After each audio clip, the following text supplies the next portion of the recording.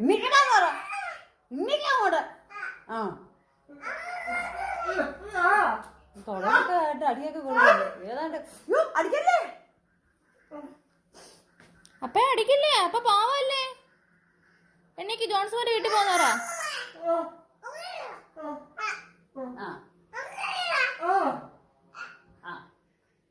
അങ്ങനെ പറഞ്ഞു വെച്ചാ.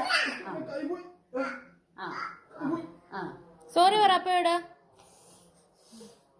ഒരു ഉമ്മ കൊടുക്കപ്പ ഈ കയ്യില്. അപ്പോടെ ലവ് യു പറഞ്ഞിട്ട് വാ. അമ്മച്ചിയോടല്ല, അപ്പയോട്.